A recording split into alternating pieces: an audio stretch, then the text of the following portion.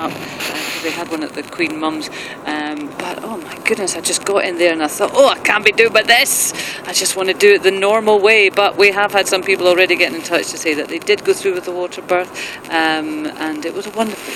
So keep your thoughts coming in on that, or your experiences. Text 80295 and 0500 92 95 00 if you're prepared to talk me through your water birth. Rebecca Adlington, the swimming champion, wanted one, didn't go through with it in the end. I also want to hear from your favourite seaside sounds. Well, it's actually the National Trust that is looking for your favourite seaside sounds. It's compiling what they are calling a sound map of the UK's coastline. So if you've got a favourite sound, get in touch and tell us what it is. National Trust have given us this one.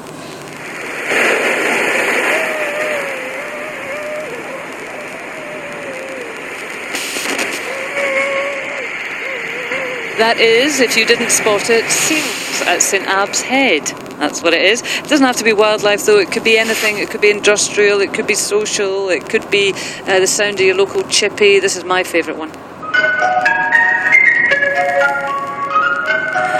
The icy. Come on. It's got to be the first thing at the seaside. And if you're really, really clever and you've got a smartphone and you are by the coast, anywhere by the coast in Scotland, just record something for us and tell us what is your favourite seaside sound. Text 80295. You'd probably have to email that, wouldn't you, k@bbc.co.uk. Lots of texts on the subject of private schools. John in Coatbridge, they do contribute but should not be subsidised by the taxpayer.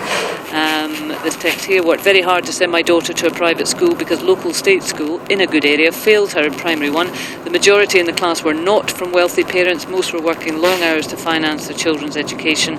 Alistair says, I went to a private school not because my mum wanted to send me there, but because I wanted to go there. I've lots of friends that didn't go to private school and none of them have said I'm elitist or snobbish in any way. The caller who started his argument by saying that schools were a nest of elitism and privilege has just demonstrated how shallow this debate has become. I'm no tax expert, but the sooner we take the issue of class out of this, then the sooner a positive solution can be found.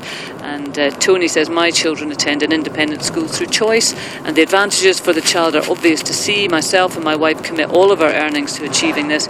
My own background was state school, and if I'd attended an independent school, I think I could have achieved a lot more, which is why I'm willing to make sacrifices financially for my kids. If the charitable status is removed, I will not be able to afford it, and private schools will truly only be for the rich. The other point is that local state schools are not up to scratch. Try fixing that first. Well, I guess that is what underpins that whole offer. If you were to remove the charitable status and the £10 that goes to the independent sector, that means that we're put into the state sector. Would that mean a better education for all? I think that's a conversation that is ongoing. Keep your text coming in, 80295. Now, it seemed like such good news back in April, didn't it, when the government said that over 55s could access their pension pots. But where there's cash, there's often scamsters. Organised crime groups are apparently targeting pensioners and savers to lure them into crooked schemes following that major piece of pension reform. And I'm joined by Derek Stewart, who's the managing partner of Sam Wells, to talk about this. Hi there, Derek. Hi, Derek.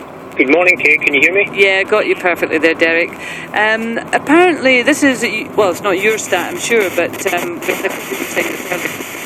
£95 million already lost in pension scams. That was the first 6 months of 2014 before the new legislation came in, and I think it's get worse as a result. It's not the fault of the pension legislation, it's just criminals taking advantage. Right, so tell us what's happening out there then. Well, before the new legislation came in, what criminals were doing was encouraging people to come out of their pensions, hand their pensions over, on the promise they were going to get a payment before age 55. Now, you're not allowed to get